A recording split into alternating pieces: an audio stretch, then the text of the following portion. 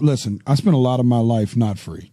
Yeah. I want to be as free as I can be these days, man. You know what I mean? Like, that's how, I tell people I prefer to live my life like the feather in Forrest Gump. You know what I'm saying? You know what I mean? My dad would go do, every Thursday, he would do Room in the Inn, or Wednesday, he would do Room in the Inn at the Methodist church he was a member of. Every Monday or Tuesday morning, he would do men's small group Bible study, and he was the guy who brought the coffee and the donuts. That was his thing. Is your dad a church on Sunday type of guy, or more in the streets helping?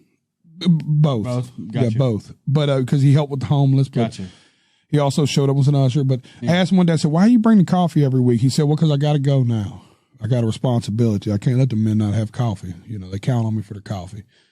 But this same guy has a plaque at the Tin Roof Bar where he would go in there 5 days a week after work, get absolutely sloshed. I probably shouldn't say it, and I hope people, I don't give a fuck if you judge us or not. He'd take one for the road.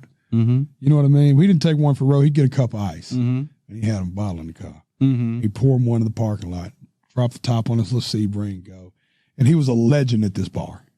Like, he'd walk in the Tin Roof, buddy. Like, there was like 30 Tin Roof people at his funeral. And there was like 200 church people at his funeral. It was like 500 people. He had a huge funeral. I was so happy for him. But I was like, I had a moment where I was like, wouldn't that be cool to be that guy? To me, but I think to me it was like what he showed in that was the duality of who he was. That somebody could be so loved at a bar and be so loved at a church.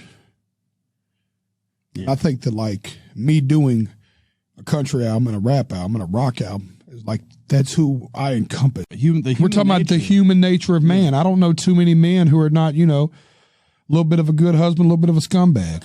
You know what I'm saying? A little bit of a hard worker, a little bit of fuck this job. You know what I'm saying? A little bit of a good guy, a little bit of I'll fucking slap you. You know what I'm saying? It's like, I think we're all got a little bit of both of those in us. You know what I mean?